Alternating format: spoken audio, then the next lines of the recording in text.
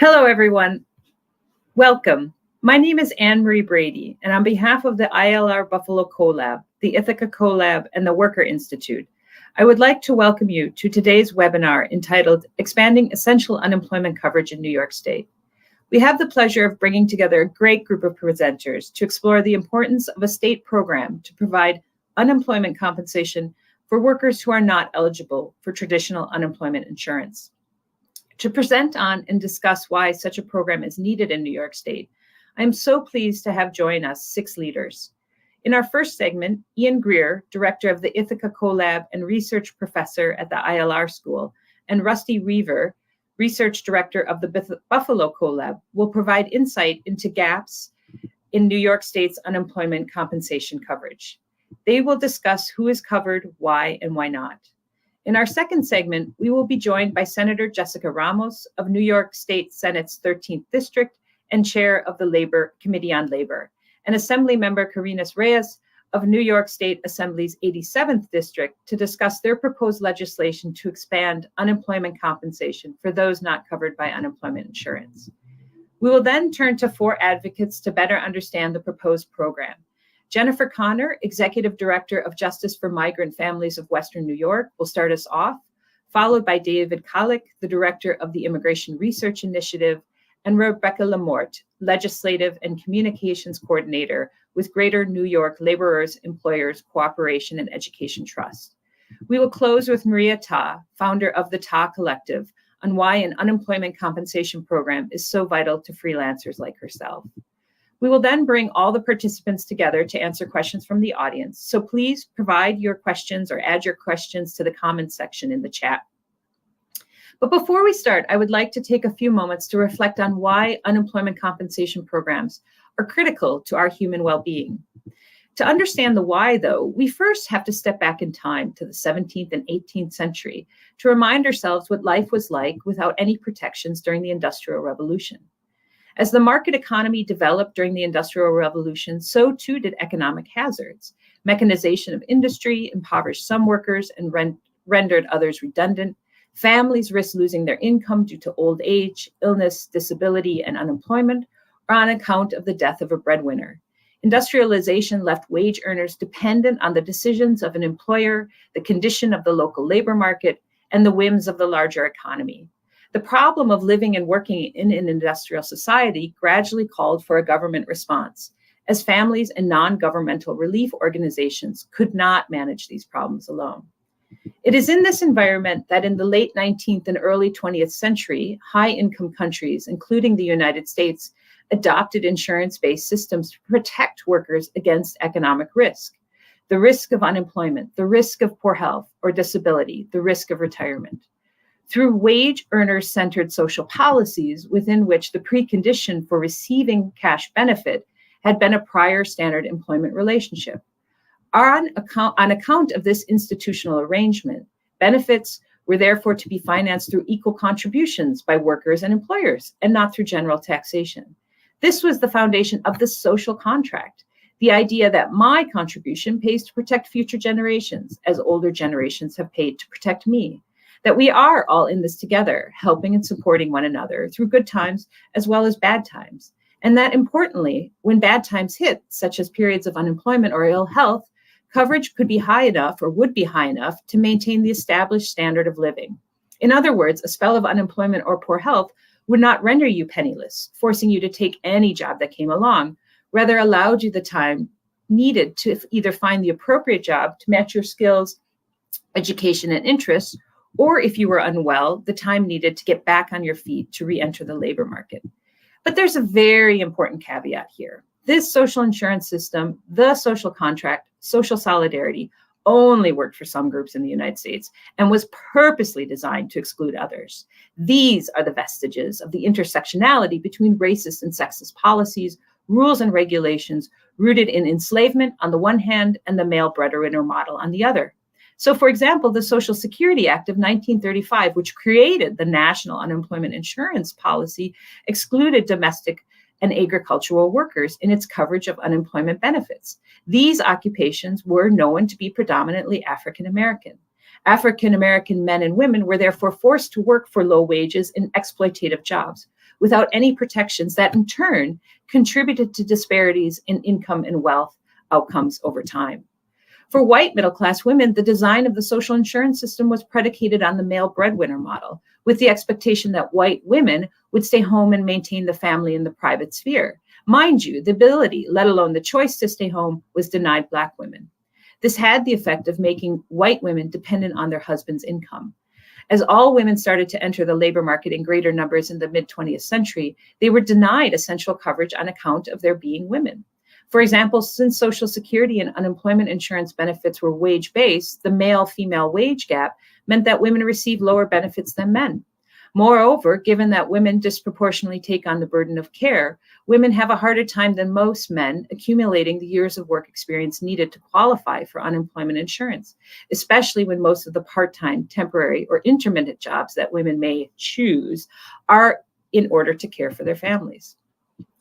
The challenge is that while large swaths of society were excluded from social insurance historically, for those who did not have access, or for those who did have access, programs like unemployment insurance nevertheless improved the quality of life for many people.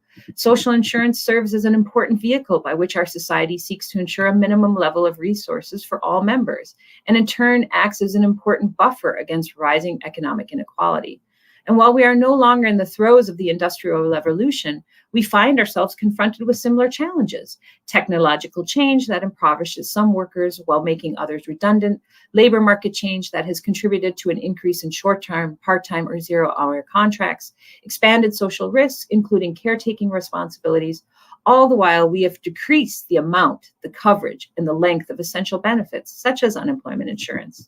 The pandemic showed us how vital appropriate social protection policies are to managing the periods of time when we cannot work to sustain ourselves. The expanded access to benefits during the pandemic included the creation of the New York State Excluded Workers Fund for workers not eligible for expanded unemployment insurance coverage. This program was essential to maintaining an appropriate standard of living. The cash benefit kept us housed, clothed, fed, and warm. While the pandemic is slowly receding, we cannot go back to pre-pandemic status quo.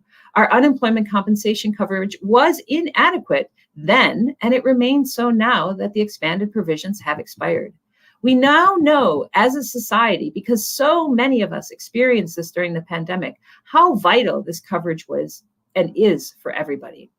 It exists to protect workers, to protect us and our families from the risk of low income, or to compensate those who have contributed to society by working and paying taxes but are without financial support. We must grasp this opportunity to make protections real and permanent for the betterment of society, for our human well-being. And with this, I would like to turn now to Rusty Reaver and Ian Greer, who will start us off by exploring these issues contemporarily, not from the Industrial Revolution, but here in New York State.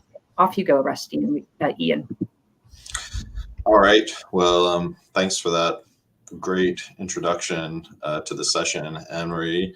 I'm really grateful to be here to talk about an issue that, the many problems of unemployment insurance in the United States, and to be part of this discussion of a really important proposal here in New York State. So the problem that Rusty and I are talking about is low recipiency rate of unemployment insurance in New York State. It's roughly in line with the rest of the United States, but it's pretty low in international comparison, maybe a quarter, maybe a third, 40% higher during the pandemic. But most wealthy democracies have UI systems that cover around half of unemployed workers, or in many cases, even more. So Rusty is going to present some data, but I'm just going to mention that this is a problem upstate, downstate, in rural parts of the state, in urban parts of the state. So why are so many unemployed workers in our state excluded from UI benefits? Well, much of the answer is the principles of unemployment insurance as expressed in federal law. So this slide attempts to show kind of all the complex reasons that so many people are excluded by showing who is not excluded. So this includes, okay, so there are a number of criteria that you have to fulfill in order to be included in unemployment insurance. For example, you have to prove a certain level of earnings and employment with an employer over the past year or so. So this means you aren't self-employed, you haven't been outside of the labor force due to a prison sentence or carrying responsibility or some other reason. You're not a new entrant to the labor force, like a new school leaver. Okay, this in itself excludes a lot of categories. You have to be able and available to work. This means you are at least going through the motions of carrying out and documenting 3 work search activities every week. And it means that you're not turning down what New York State considers to be suitable job offers. You also have to be unemployed through no fault of your own. And this is quite a complex, murky area, but it means you haven't been fired for misconduct, and you quit. You did not quit for some reason that New York state law does not consider to be good cause. Also, you haven't exhausted your benefits, so you get, if you're long-term unemployed, normally 26 weeks, you're also excluded from UI benefits. This is a little bit longer in periods of high unemployment during the pandemic, like the pandemic or the Great Recession. But a lot of people exhaust their benefits and are excluded for that reason. Also, you have to have work authorization. So if you're an undocumented worker, you're excluded from UI benefits. Also, you have to have successfully navigated the systems of the New York State Department of Labor that are used to process your application. So you have to know that there is such a thing as UI, you have to apply for it, you have to answer some tricky questions in an online form, you have to pass identity verification, and if your employer has objected to your application, then you have to go through a hearings process and prevail in that hearing. So to receive support as an unemployed worker from UI, you have to satisfy all of these conditions. And this means that you're in this little area kind of in the middle where the circles all overlap. So this means that you don't belong to one of these excluded groups, such as the self-employed, such as people entering or re-entering the labor force, such as the long-term unemployed, such as undocumented workers, and several other groups. So this is why so few workers who are unemployed get UI. The numbers, it fluctuates and it's rather hard to measure. I put 30 to 40% of unemployed workers during normal times. Rusty's figures are going to be a little bit lower. It was considerably higher during the pandemic, in part due to new benefit programs. So the next slide is going to show that there are some things that can be accomplished by fixing UI, but it's limited. So to make the UI system more equitable and inclusive, there are some other really important things that need to be done. The system needs more resources, needs to be modernized. There's a serious problem with understaffing that needs to be addressed. And there are restrictive rules that can be loosened. And doing this would help many categories of workers. It would help people who struggle with the forms and the systems of the New York State Department of Labor. And it would address some problems with worker misclassification and various people who get caught up in rules over quitting and misconduct and and who have barriers to work. So fixing UI would also have address a problem that came up in a recent report by the New York State Comptroller, namely fraud, which is also a consequence of having a system that is under-resourced. For many workers, though, a new system is needed.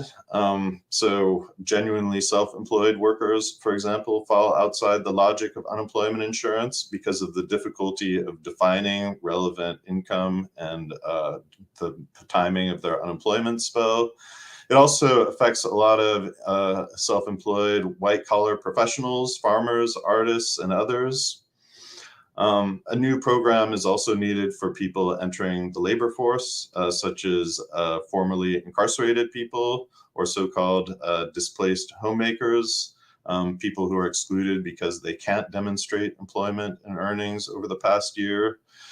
And it's also needed for undocumented workers who are excluded as well for a number of reasons, in part because lacking work authorization makes them, according to the U.S. Department of Labor, allegedly not available for work. So yeah, a new program would really bring us in line with the rest of, with other wealthy countries where most unemployed workers receive support. Adding this new program is like what they have in France or Germany, where over the years, new tiers, new programs have been introduced in order to support workers who are excluded from classic unemployment insurance. So it's really something to be welcomed, in my opinion. So now I'm going to hand it over to Rusty Weaver. Thank you. And just to start, I'd also like to thank my colleague, Dr. Brady, for such a wonderful introduction. Thanks to Dr. Greer here for setting the stage for who is eligible and is not eligible for UI under current programs. And a big thank you to Dawn and Allison from the Cornell team who are running the show. Always appreciate the work of the folks behind the scene. So to start, I'm going to pick up some threads that Ian put out there. My first slide here is going to show some data on the number of beneficiaries, UI beneficiaries, so continued claims, relative to the number of folks in New York State who are considered unemployed over time. Now, there's an important caveat with that second category of data. If you're considered unemployed, it means that you're a member of the civilian labor force and you've been actively looking for work within the past 4 weeks. So, of course, there might be some folks who are discouraged workers or folks who are marginally attached to the labor force who might not be included in the official unemployed count. And so that might be a factor in some of the numbers that I'm about to discuss here. But like Dr. Greer was saying, in normal times, so this graph that you're seeing here goes from January 2019 to October 2022, just a couple of months ago, which is the most recent observation that we have. The data come from two sources. The data on continued claims or UI beneficiaries come from New York State Department of Labor, and the data for the count of folks who are classified officially as unemployed by the Bureau of Labor Statistics comes from the Bureau of Labor Statistics local area unemployment statistics that are published on somewhat of a lag relative to the monthly jobs report that folks are often interested in, where we get the official unemployment rate for the country. Now, that being said, prior to the pandemic, so between January 2019 and February 2020, just before a lot of the economic shutdowns happened, the median rate here, the median share of officially unemployed workers who were collecting UI benefits was about 26.4%. So like Ian said, maybe about a quarter of the population of unemployed in New York State prior to the pandemic, something of a normal rate, if you will. When the pandemic hit, we saw that rate skyrocket. And in fact, for a 5-month stretch between May 2020 and September 2020, the ratio of folks receiving, of beneficiaries receiving unemployment insurance claims relative to the number of folks who are officially classified as unemployed went above 100%. Why? How does that happen? Well, there are a few causes, and I can't comprehensively cover all of them. I probably don't even know all of them, to be honest. But one is certainly it has to do with who gets classified as officially unemployed. There were a lot of challenges altering some of the surveys from the Bureau of Labor Statistics early in the pandemic to understand how we would capture folks most affected by the pandemic. Individuals who might have been temporarily laid off might have reported that they were still employed and so didn't get included in the count. There was a lot of misclassification going on. But another factor at play was that UI systems were so stressed during this point in time that there wasn't quite as much checking of job search requirements as there is during normal times. And so what we see here from this big spike that occurred during the pandemic, one is something that we know for sure is the Department of Labor in New York State, at least, greatly expanded and put resources into the unemployment program by hiring more staff and trying to build up the capacity to process the vast number of claims that were coming in. And so what we see with all of that is that it is possible to cover more of the individuals who are unemployed in the state with UI, at least in the heart of the pandemic here. And that was also made possible by federal programs that were coming online and additional funding and resources that were being poured in. Now, later, following that peak where we did see these rates exceed 100%, we see a gradual decline to the point where I chose September and August 2021 here as a cutoff point. If you recall, September 2021, September 1st, 2021 is officially when the extended UI benefits from the federal government expired. And so looking from September 2021, that point on to the current data, the median coverage rate here drops back down to about 37%. So as Ian said, generally in normal times, 30 to 40%. In New York State, at least prior to the pandemic, our coverage was perhaps a little bit lower than that. Now we've seen somewhat of a boost or a shift in the median to where coverage is a bit higher, but still, like Ian said, not really comparable with other nations in the global north.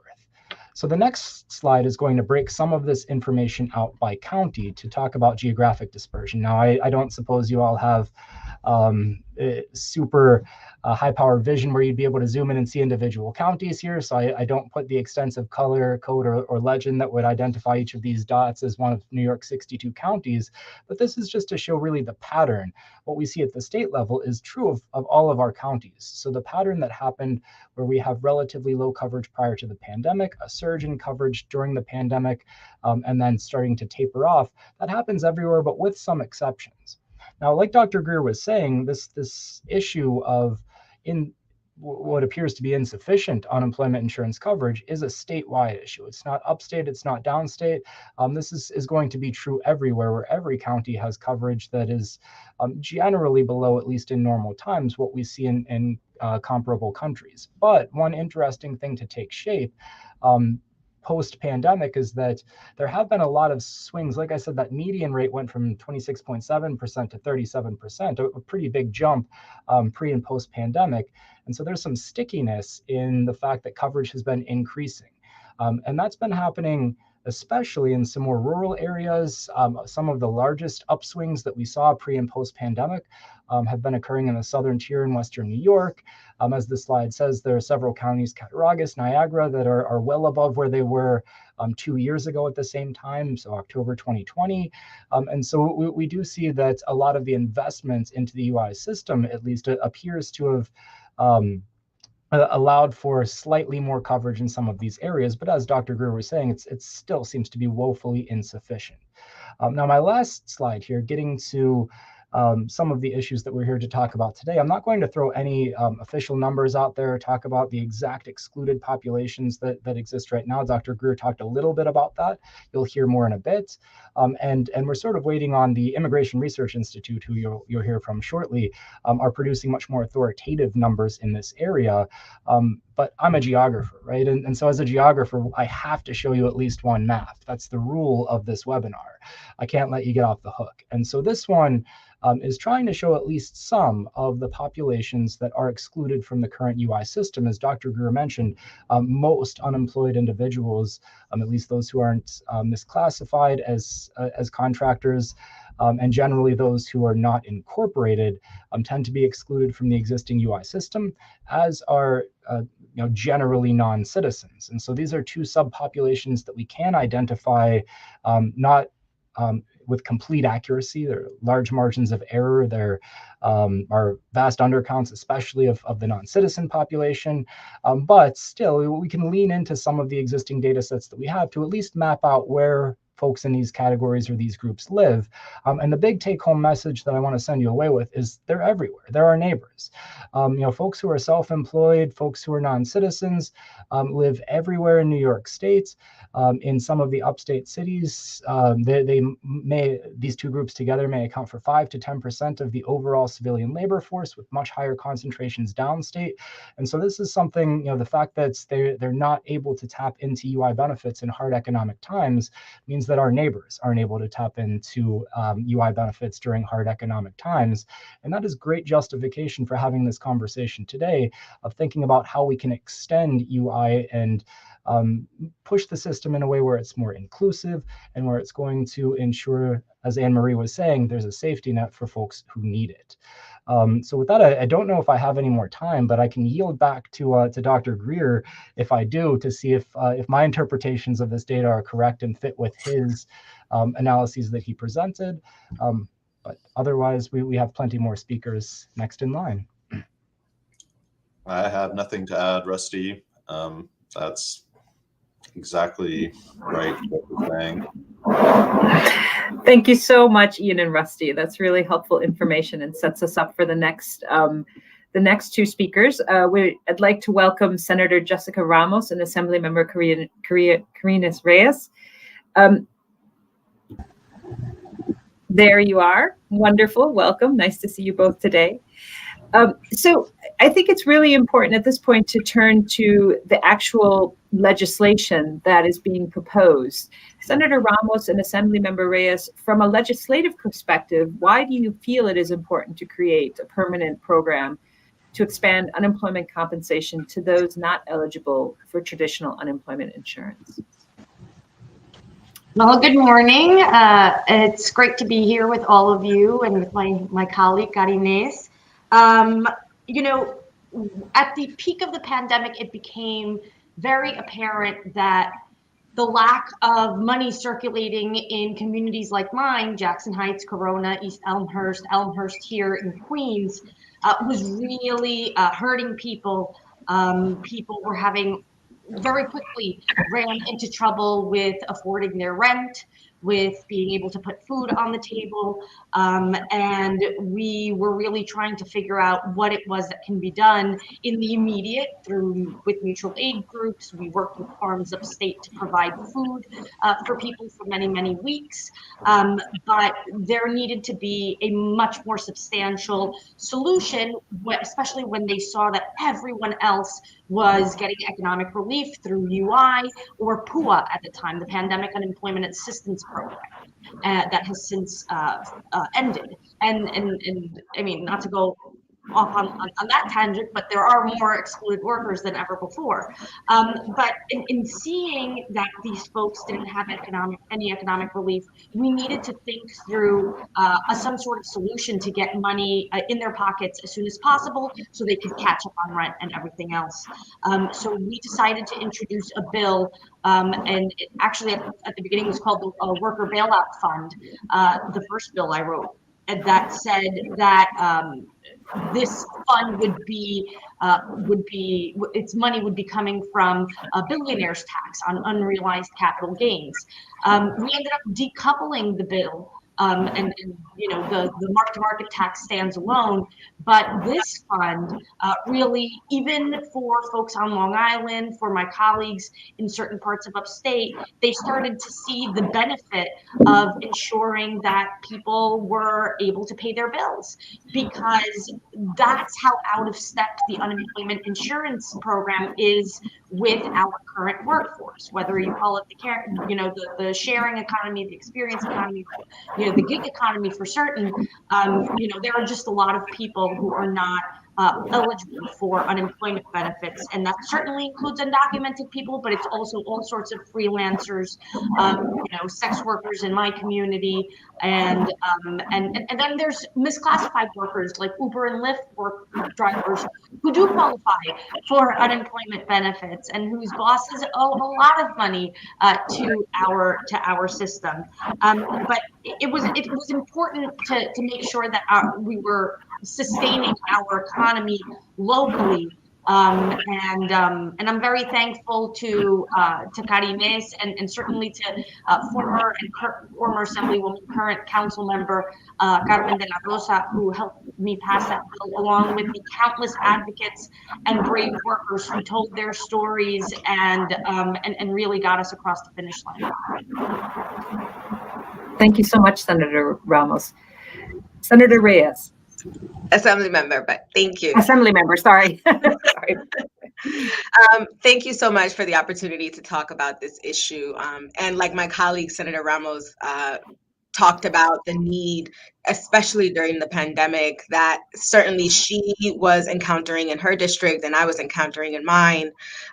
Just the large swath of workers who just did not qualify for any kind of assistance while we were shut down, while businesses were closed, people who just had no resources and nowhere to get money to pay for rent, for food, for everyday necessities. And certainly we all stepped in during that time to help our neighbors. But the reality is that these are New York residents, whether they're undocumented or they're freelancers or they're misclassified workers. These are people that ultimately we are responsible for in the state of New York. And what we learned during the pandemic was just how intertwined our well-being is. And if we have folks in our communities who are not doing well, who can make ends meet, that has an impact, not just socially on the fabric of our communities, but ultimately on the economic well-being of the state, when people just don't have money to spend. And that's something that we saw very clearly during the pandemic. But one of the reasons why I think it's so important for us to modernize the unemployment system that we currently have is that the reality of work has changed. We are no longer an industry of people who manufacture and produce, right? Ever since the Industrial Revolution, we have moved away from that. And the reality is that the workforce is moving towards a more freelance model. We've seen this with the boom of the gig economy, where people are self-employed and in many ways, and that ultimately renders them unable to qualify for unemployment insurance, similarly to those individuals who are not authorized for work, like our undocumented workers. And because the times have changed and the reality of the workforce has changed, I think it's time for us to rethink our unemployment model. And that's something that we have been talking about. We saw how well it worked during the pandemic with the Excluded Workers Fund, where we were able to put all those resources in the hands of workers. And we kept our economy from collapsing because people had those resources and that money to spend. And so we have to think about that, think about how we modernize the system and not wait for another tragedy and another extraordinary event like the pandemic and the shutdown for us to try and scramble to figure out how to help workers. So that's why Senator Ramos and I have been working with a coalition of people who represent not just undocumented workers, but freelancers and labor unions to think through this program and how we can make changes. And hopefully this is the year that we make this happen. We are calling on our colleagues to muster up the political will to make this happen. There is a lot of opposition. Initially, we had talked about making this program come out of the general fund, and there has been some pushback on that. So we are thinking about ways to have continuous resources coming into a program like this. And we are thinking through, for example, a digital ad tax. I know Senator Ramos mentioned the mark-to-market tax, which initially was coupled with the Excluded Workers Fund. But we need to figure out a steady stream of money, a steady stream of resources so that we continue to help workers throughout their work history, so that we can provide resources when people find themselves out of work for whatever reason that may be. Similarly, in this program, we also included people that are in reentry, because folks who are incarcerated are working for the state in many ways, and that work isn't counted towards a work history, and also renders them unable to qualify for unemployment insurance. So they would also be captured under this program once we're able to pass that and bring it into law. So hopefully this is the year. I thank again the opportunity to talk about this program, to talk about this potential legislation, and to all the experts who have offered up the historic context and the necessity for this program. Great. Thank you so much, Senator Ramos and Assemblymember Reyes. We'll be coming back to you in our group session where we'll be discussing these issues in more depth. But I'd like to now turn to our group of advocates, and we'll start out with Jennifer Connor. Jennifer, just want to make sure you're there. There you are, Jennifer. Nice to see you. Jennifer, maybe you can take a few minutes to introduce the program that's being proposed and tell us why this program is so critical for the communities you and your coalition partners work with.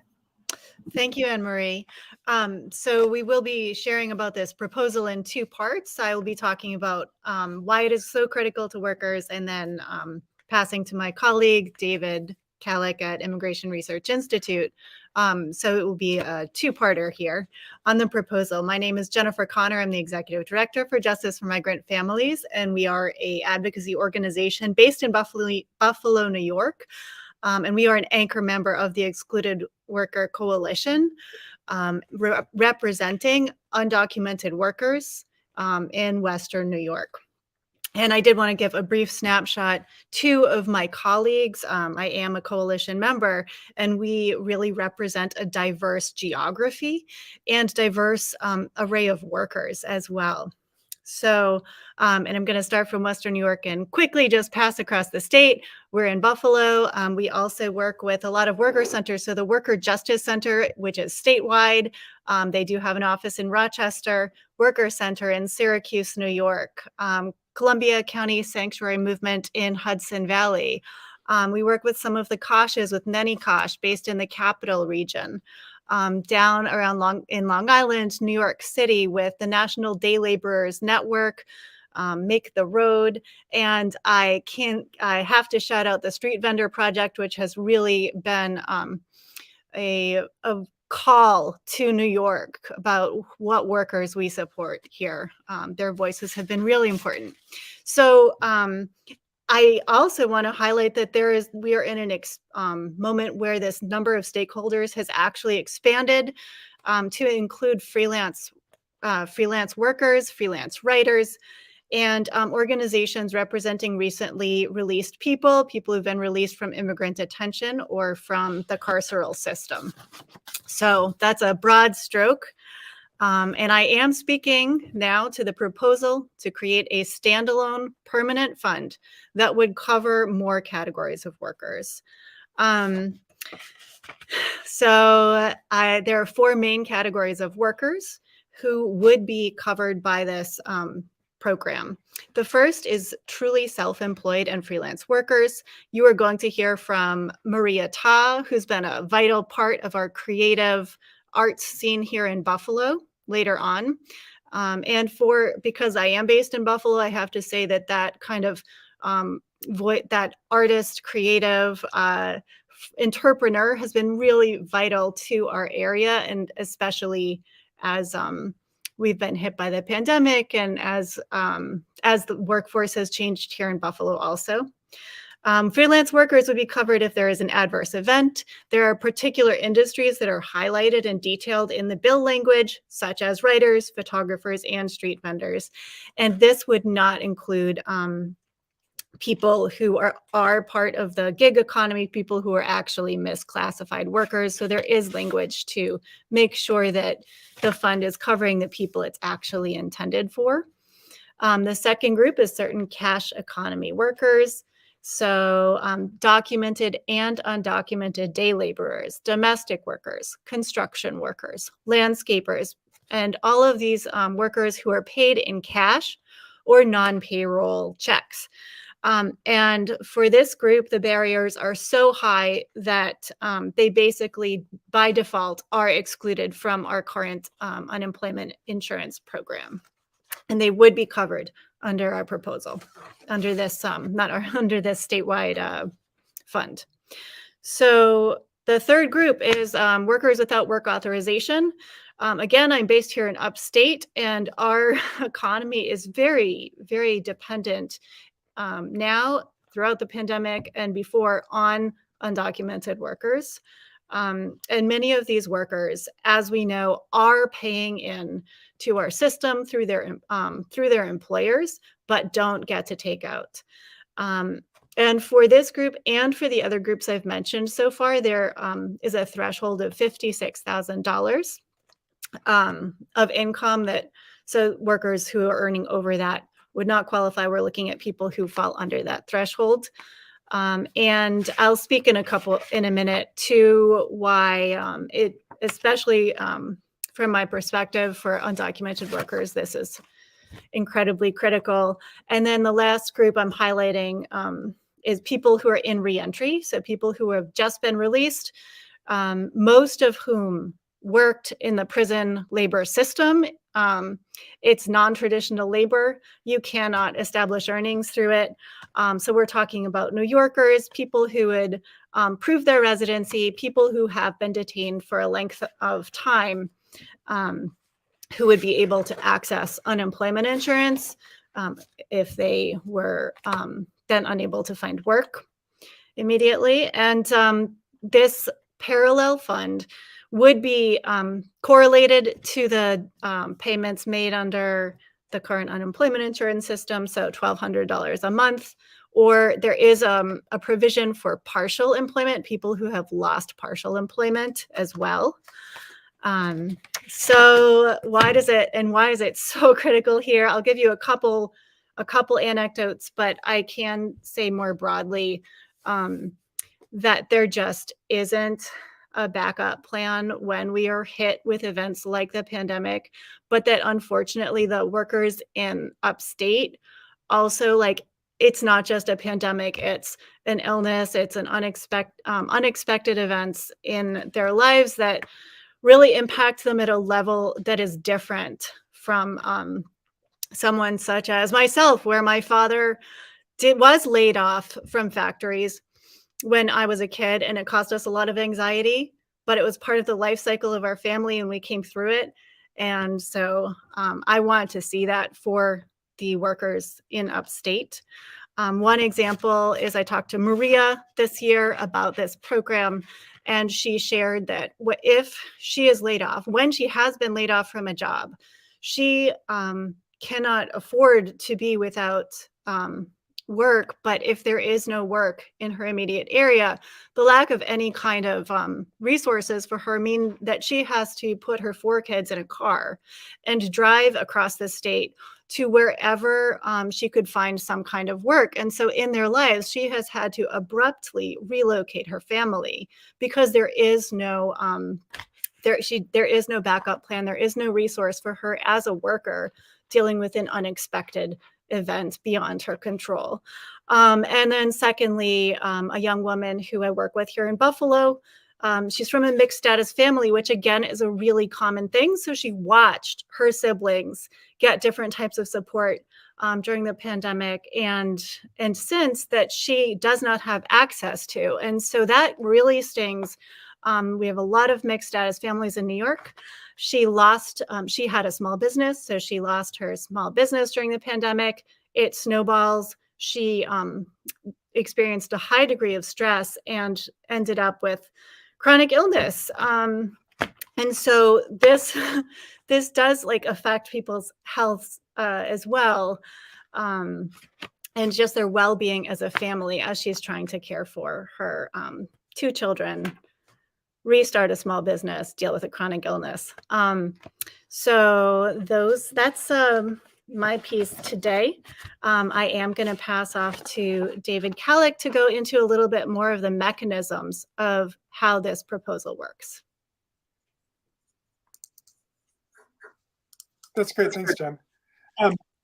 So I just want to say, just to back up a little bit, the Excluded Worker Fund was this really groundbreaking success. I mean, when it first came out, it was the first in the country to be anything like the scale of unemployment benefits, and really made a big difference in New York. So we actually have a report coming up with the Urban Institute to show exactly, document that success and how much it helped families and communities around the state.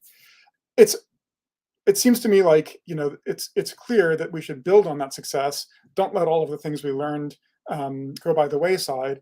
The Department of Labor learned how to implement a program that was not obvious that it could reach people who were undocumented and in corners of the labor market that were not necessarily where people would be easy to be able to access benefits. We also want to make it relevant for normal years. Like this was done under the incredible duress of the global pandemic and incredibly high unemployment rates during the last few years. We don't hope that that's coming again anytime soon, but every year there are some people who are unemployed, and as you've heard from some of the other presenters, unemployment benefits are just critical for making a bridge between time when people are working and when they can find their next job. It's especially true whenever the next recession comes. We need to be ready. We don't want to be suddenly in the position of inventing something on the fly the way we had to before. Colorado has already showed that this is possible. Colorado is the first state in the country to create a permanent fund for undocumented workers who are unemployed. So it's really exciting to see that having already taken place. New York can also now do more. So I'll just go over a little bit and dig in a little bit deeper to the categories that Jen was talking about. The New York proposal would include and continue to include, as the Excluded Worker Fund did, immigrant workers without work authorization, so people who are undocumented. The Excluded Worker Fund showed that it can be done, and that it made a huge difference to the families and to the economies around the state. Truly self-employed workers and freelancers. So when we say truly self-employed, we want to make sure that we're not covering people who are misclassified workers who really should be covered by the regular unemployment insurance system. So there'll be navigators built into the program to make sure that we're steering people to where they ought to go, and also addressing the employment circumstances, including the employers who are misclassifying workers, so that they're brought into alignment the way that they should be.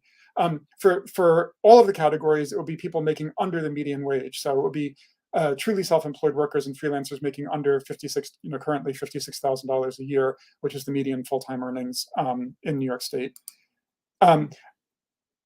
Some cash economy workers, so it would include day laborers, domestic workers, and certain construction and landscaping workers.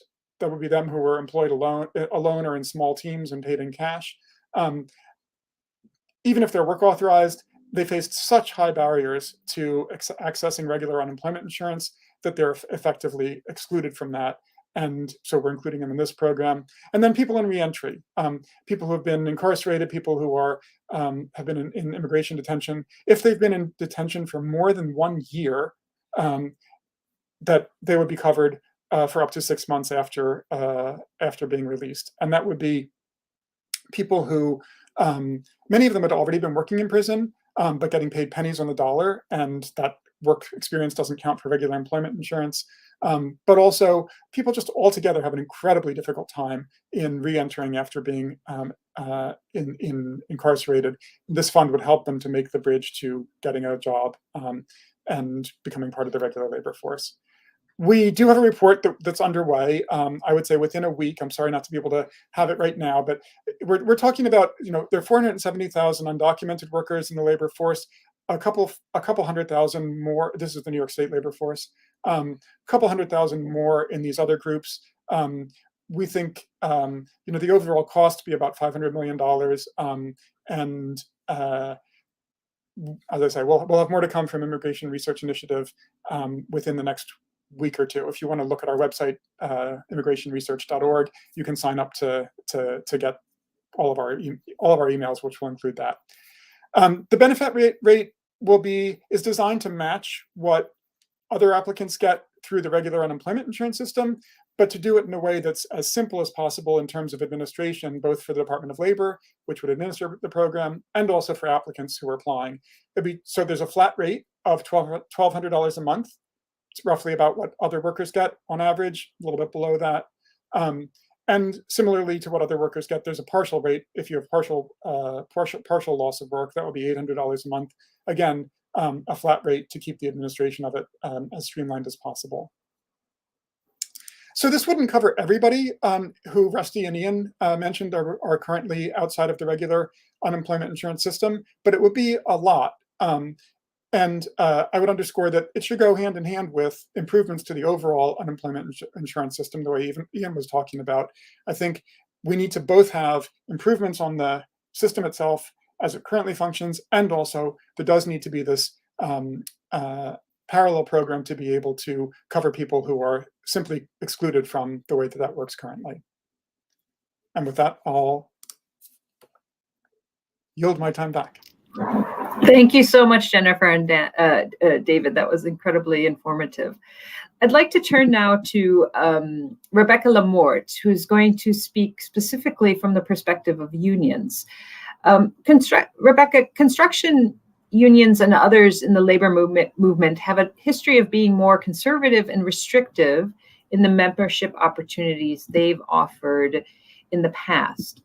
What brings Laborers Local 79 to this space and makes this fight for expanded unemployment insurance personal to your union? Thank you so much. Thank you for having us here today. Thank you for that question. And I'm here on behalf of Laborers Local 79 because this issue is personal to us. And it's something that so many people would not expect. That's people in elected office in the Assembly and Senate. When I'm in Albany working on the legislation with the coalition, that includes people within the labor movement, our union family from other unions that question why we're a part of this, why we care so much. People don't think that these workers should matter to a union. And I'm here to say that they do because of the realities of our industry in constructions, the realities of the communities our members live in, because if their neighbors are struggling to get by, what does that mean for them? What does that mean for their larger community? And also, what does it mean for workers in general? The labor movement, we firmly believe a rising tide raises all boats. And when we look at the realities of our industry, when we look at what people are getting and aren't getting, Local 79 felt it was incumbent on us to stand up, to speak out, to fight back and bring dignity to so many more people that are on the sidelines.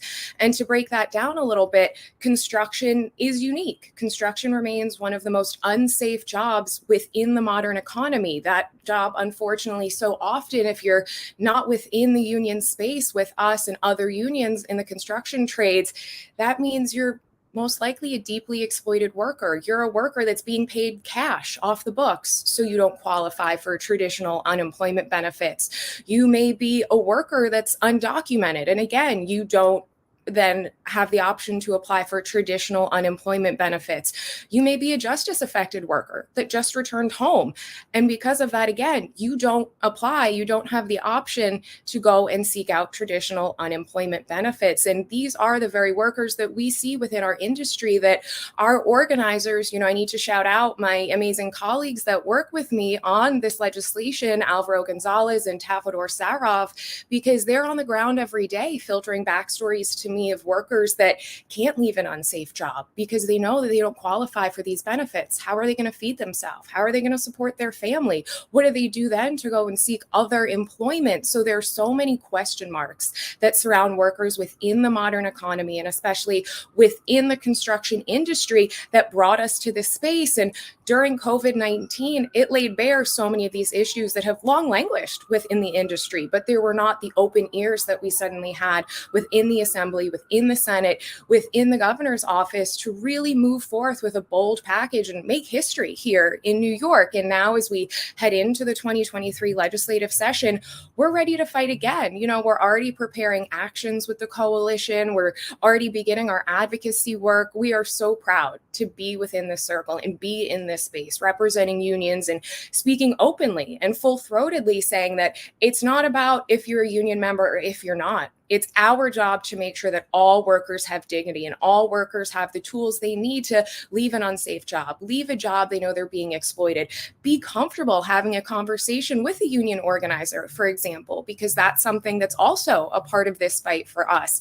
If a worker doesn't feel they have a voice on the job, if they know it's an unsafe situation, if they know they're being harmed, if they know they're not being paid fairly, but again, if you don't qualify for traditional benefits, what do you have at your disposal? If a union organizer comes to you and says, let's talk about what's happening on the job, I want to help you, let's organize an action, let's come together. If you're fearful, if you don't have these traditional tools in the toolkit that so many other workers do in New York, you can't take that step out. You can't put yourself on the line because of the impact, again, on yourself, your community, your family. And that's really what shapes this work at Local 79 for us. And also a big part of it, yes, is acknowledging the ills of the past. You know, a lot of unions did disenfranchise many workers. We were very closed with our ranks, but that's changed. In Local 79, I'm really proud to say we've led a lot of that fight within the construction trades. We've really set the tone for what it means to diversify, to be a truly inclusive union.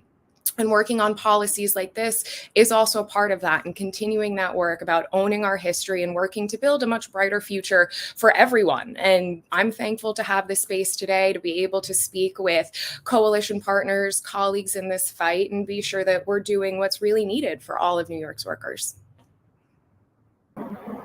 Excellent. Thank you so much, Rebecca. Let's close out this panel with a word from Maria Ta. She'll talk about her experience as a freelancer in periods of unemployment.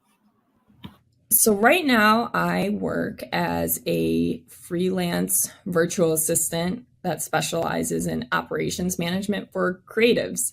And that was born out of a long period of time where I served as program director at Ujima.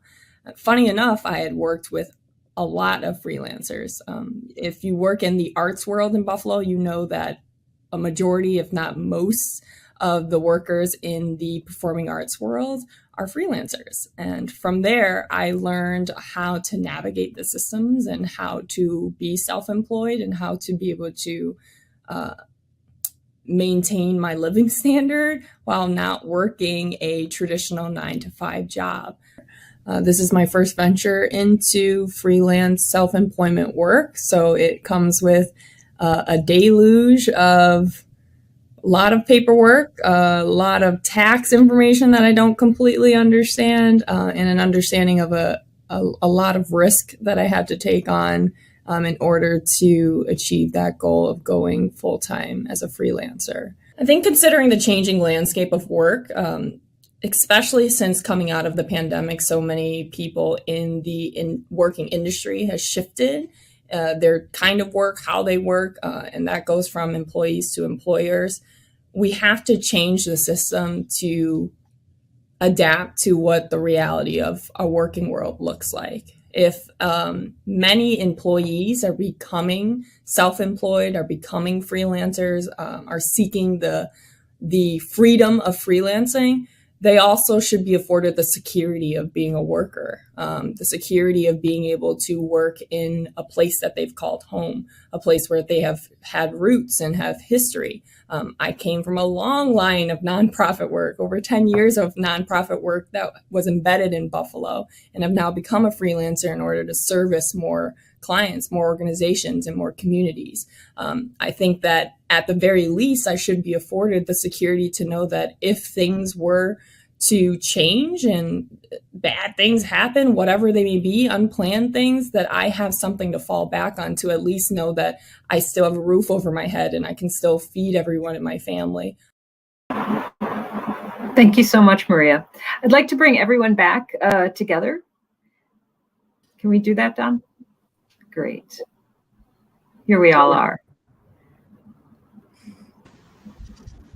Super. Well, thank you, everyone. It's been so interesting and so thoughtful and thought-provoking. I thought what we would do now in this last segment is I'd like to foster a conversation amongst all of us because we have so many different perspectives and expertise in the room.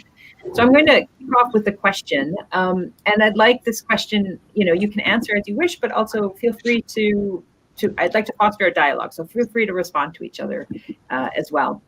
But So let's step back a little bit. Some of you have talked about this, you touched on this, but let's think more directly to it. What are the direct impacts in quality of life when people receive unemployment benefits or cash benefits during times of crisis? Maybe you can speak a little bit more to that issue.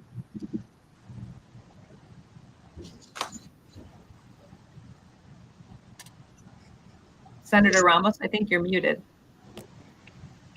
Sorry about that. Well, the number one reason neighbors call our office is to talk about their housing issues and let us know what they're going through. So when people started to get their checks from the Excluded Workers Fund, it was really about catching up on rent for many people.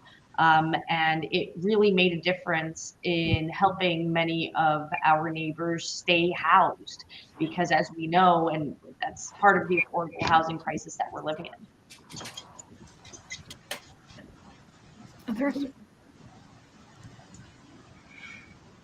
I can speak to in Western New York.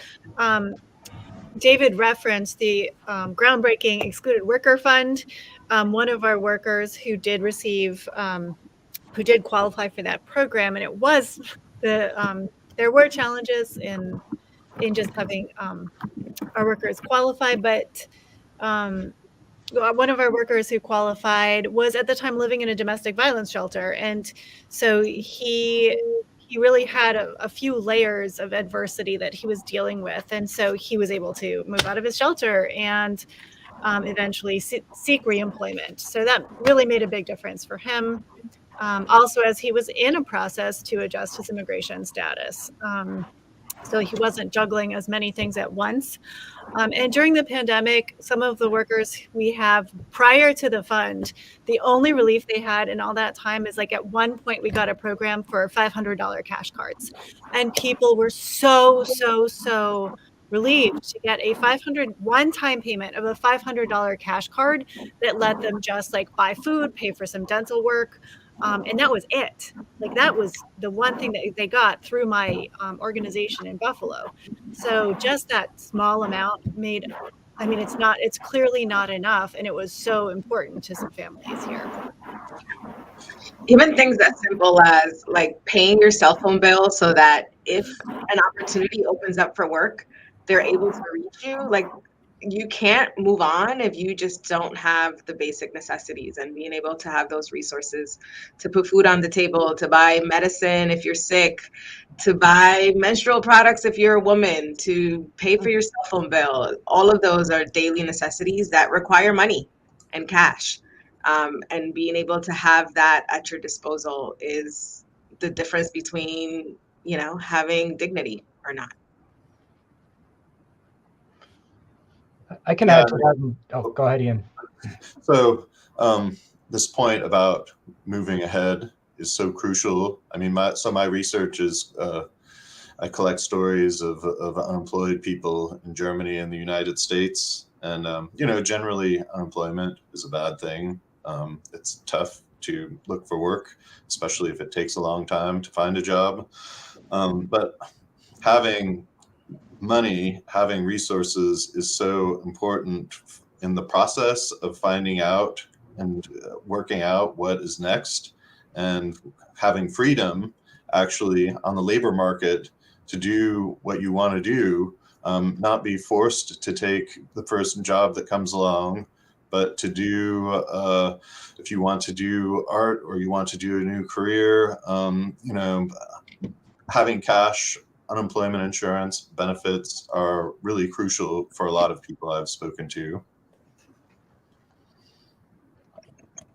That's a lot of what I was going to say, and hopefully this doesn't go too far on a tangent. But we're here talking about ways to reform UI. One reform that we did see, as I already mentioned, during the pandemic, we had extended unemployment insurance benefits that were much more generous. And so one thing that we learned from the pandemic, where we do have more generous unemployment insurance programs, is that people's quality of life can really improve. There was a series of reporting done by the Syracuse Post-Standard during the pandemic that showed folks getting the extended unemployment insurance benefits were able for the first time to save and buy cars, to take work elsewhere, to find better paying jobs that improved their quality of life, that made it more possible for them to live where they live and enjoy a good standard of living. There were folks who saved, and then, as Ian was just saying, went into different careers, became self-employed, figure out what made them happy, and took jobs doing that. And so what we've learned from the pandemic is that more generous UI benefits really improve quality of life for the folks that are able to receive them. From the other side, at the height of the pandemic, the union was getting a lot of calls from community groups and elected officials to do community support work because of the impact that not receiving these benefits was having on people throughout all of New York City. Some families would show up for grocery relief events and they would say, this is all they have until we do another one, for example, in Corona, Queens. And it was heartbreaking for us at the union. We want to do as much as we can, but giving away groceries every other week is not a long-term solution. That kind of mutual aid network needs to be set up in a much bigger fashion. And, for us, that's also one of the things that brought us to the coalition and brought us to this fight as well, seeing it from the other side and getting those calls and then having that on the ground experience when we would turn out to do community support events.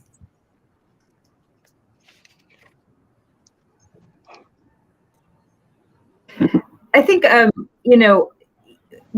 maybe each of you could speak to the fact that why are we so scared to expand unemployment compensation programs? I mean, there seems to be kind of this fear that, someone might get something for nothing. And so maybe you can speak a little bit to how we best address this concern or this thinking in our society, and how we counter that with stories that are quite well, definitely the opposite, as you've been talking and discussing today. Well, I'm not scared. I think that the issue is we have some xenophobes in New York State, and that Republican fear-mongering and anti-immigrant rhetoric, even general amnesia, drives people to think that this is somehow not a politically popular thing to do. But we saw that this program benefited many corners of the state, and that certainly what was missing in the outer reaches of the state, upstate, further out east on Long Island, was lack of outreach. That had more people heard about it. It just became clear that we needed a lot more than $2.1 billion to respond to the need, because of how long it took some folks to learn about the program. By the time they applied, it was basically closed. The fund had been depleted. We had entered the following budget cycle asking for additional money, for $3 billion more. In fact, we had started out on, and that's a lot of money, but that would have actually served many more people, many more families. And like I mentioned in my remarks earlier, well, now we're in a place where those who don't qualify for UI but had the pandemic unemployment assistance program, now they are excluded workers too. There are more excluded workers than ever before in New York State, actually. And that we have to account for them. We can't allow them to cause some sort of depression or decline in especially in our local economies. That our commercial corridors become a blight when there are many vacant storefronts, and these funds not only help people become stable, but hopefully get them to a place where they can even consider tapping into their entrepreneurial spirit, and certainly increasing their spending power at our local small businesses. So if we can get beyond the hate, as with most things, if we can get beyond the hate and actually look at things from our economic interests, then and message it that way, and talk to our neighbors about it that way, then surely we can get this done too.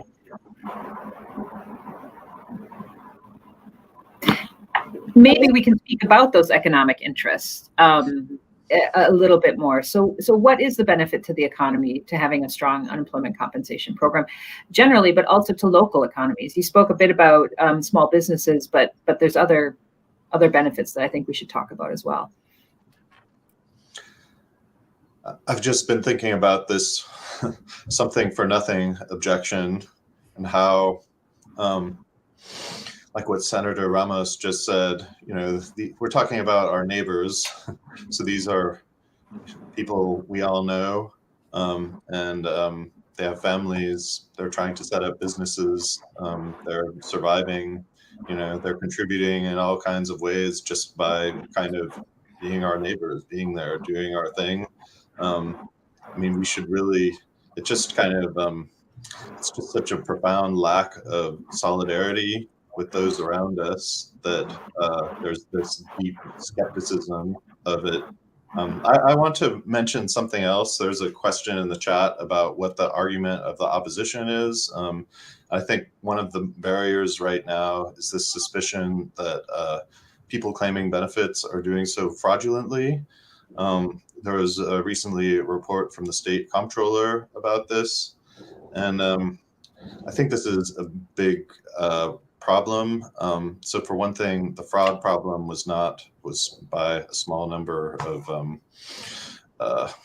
criminals and not by average unemployed people. But another thing with that report is it treated the fraud problem as kind of the center of its message, and it cited a very large amount of money that was fraudulently claimed. Actually, there's a real problem with how they calculated it.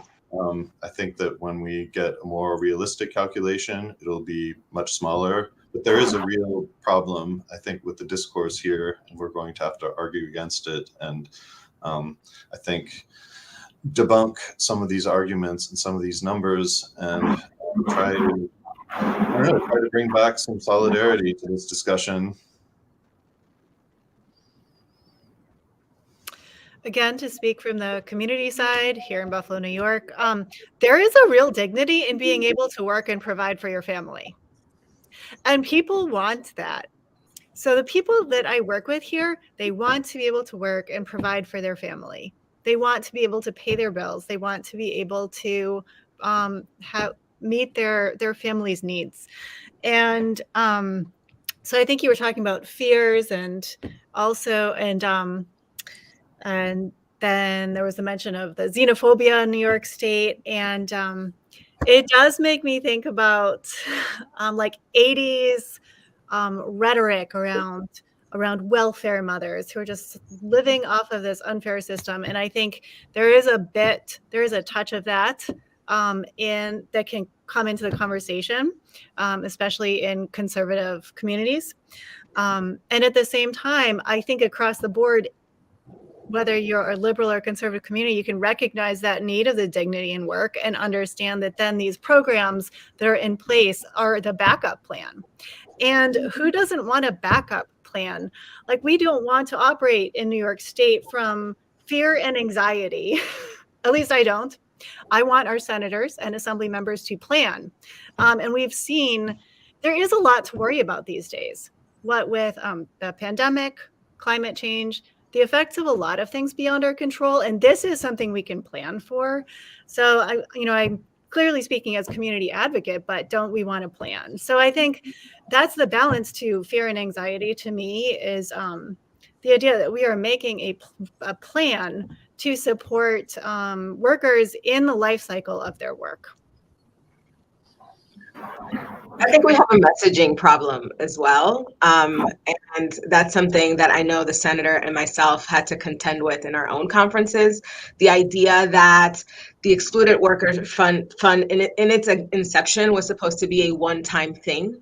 And folks were not happy with the idea of putting an additional $3 billion into a program that they thought was only supposed to be a one-time thing. And, we're reopening and the pandemic is over and we just can't do that. We can't continue to give out handouts because people are seeing it as handouts. There's just this broad misunderstanding and misinformation about the workforce. People still say that people who are undocumented don't pay taxes, and aren't entitled to benefits because they don't pay taxes. And that is grossly misinformed, because a lot of our immigrant undocumented workers pay taxes. I can't tell you how many folks come into our office who are undocumented that we have to help them get ITIN numbers so they can file their taxes every year. So I think that we really have to work on messaging, and kind of beat that drum. And it's not just going to have to be coming from us as legislators, but I think broadly every opportunity that we have to dispel myths, we have to take that opportunity head on. There's some, oh, sorry, go.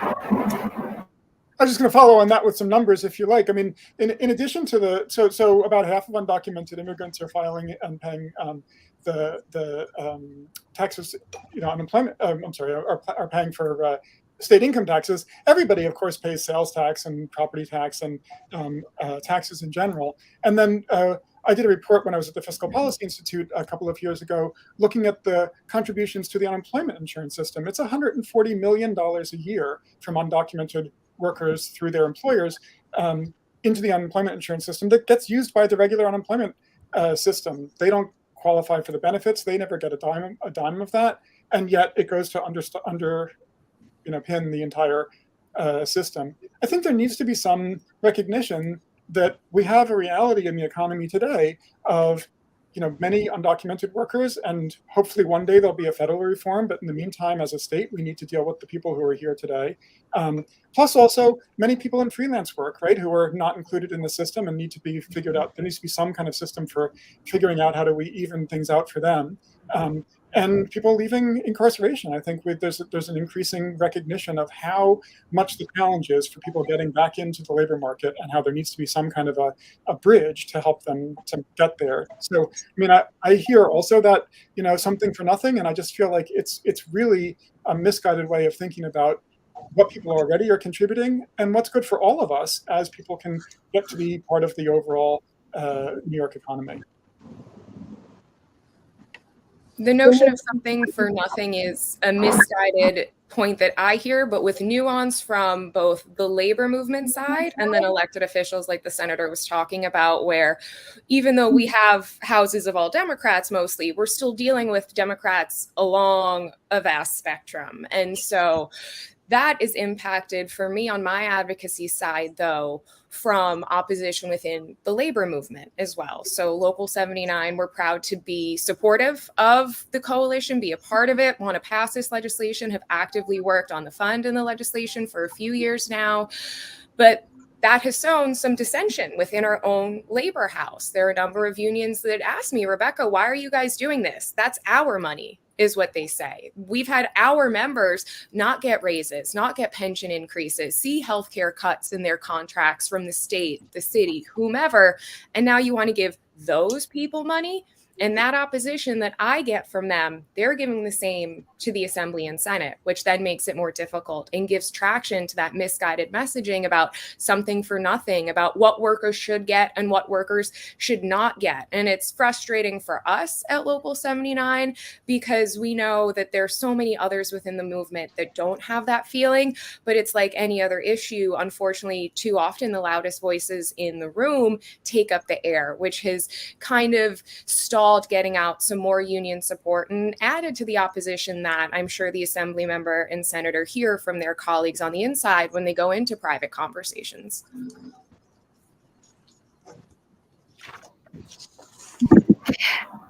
There's a question in the chat, and I think we can it picks up nicely from what we're discussing. And so we've identified some of the arguments of the opposition. If there are other arguments of the opposition that we haven't talked about, feel free to jump in here. But what then are the barriers, or what are the barriers that we have at the moment to expand unemployment insurance on the one hand, but how do we overcome those barriers? So we've talked about the fact that we need to address the misconceptions, the misguided public discourse, but how as advocates and how as a senator and an assemblywoman are you addressing, are you doing that? I mean, cost is one of them, and where the money comes from. and that's kind of what the Senator was alluding to in her remarks earlier, how in the initial iteration, it was tied to the mark-to-market tax. And then we have been trying to figure out now whether this fund should be coming from the general fund, or do we attach it to some kind of revenue stream. And I know that if we are able to attach it to a revenue stream, not only will we have continuous funding, but I think it would bring some of our colleagues along who are fiscal conservatives in a way and are concerned about the financial health of the state, the resources that are in our general fund and our rainy day fund. So conversations about the cost and the viability of continuing to fund this program is one of the biggest challenges to the expansion. That's exactly right. And right now, our UI fund, right, we're in debt.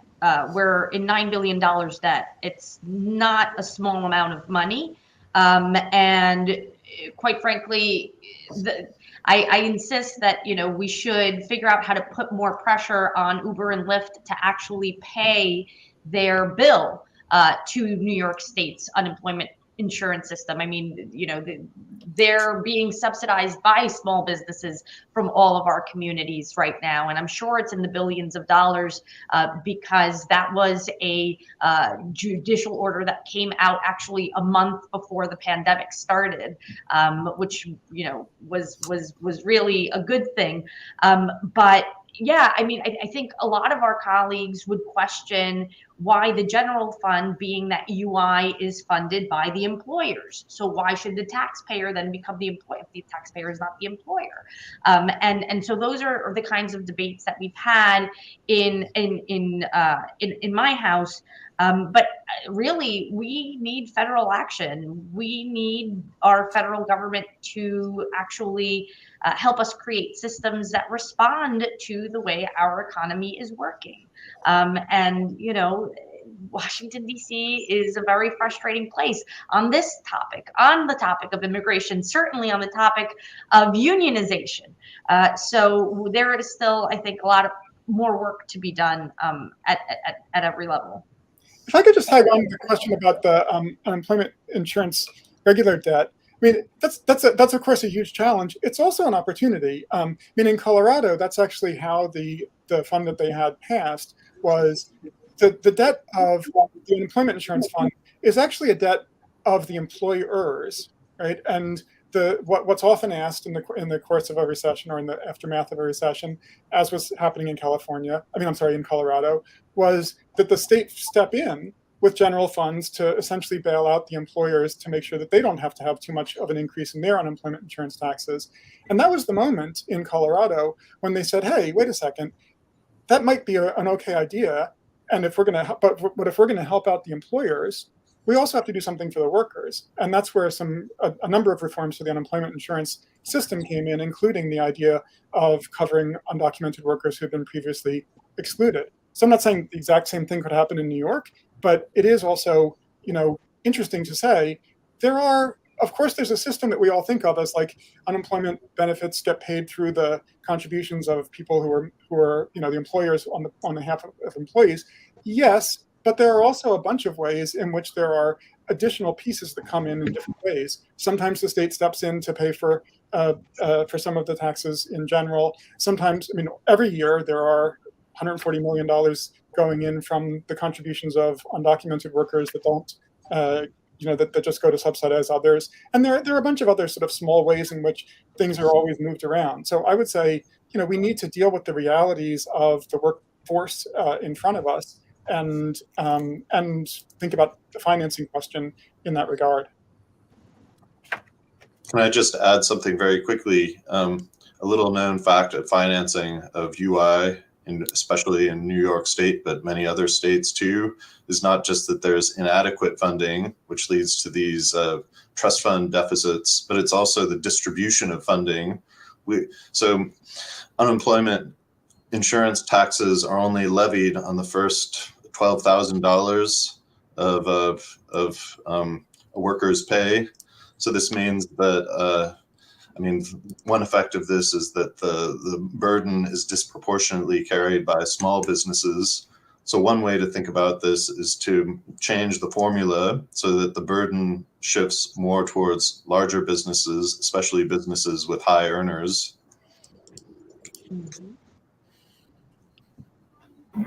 Okay, well, we're coming into the last few minutes of our segment today, and so I'd like to just give you one last moment to raise any last pressing issue out there before we close.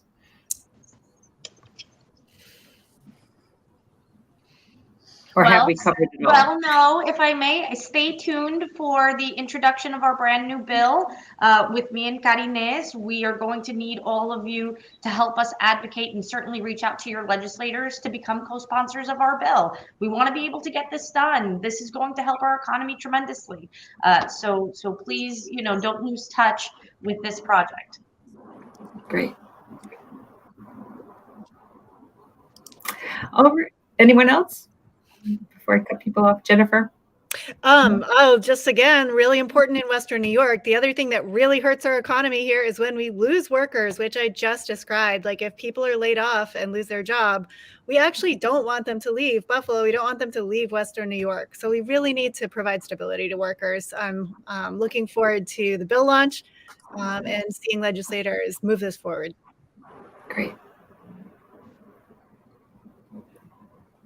Well, in that case, I just want to thank Senator Ramos, Assemblymember Reyes, Ian Greer, Jennifer Connor, Russell Weaver, David Kollick, and Rebecca Lamorte, and our special video presentation from Maria Ta for your time today, taking, as we've shown and as we've demonstrated that these issues are so crucial to not only our individual well-being, but our social and economic well-being, and you could argue our political well-being as well.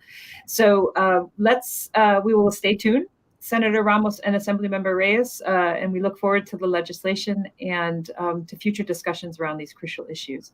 Thank you, everyone. Thank you. Thank you. Thank you. Bye.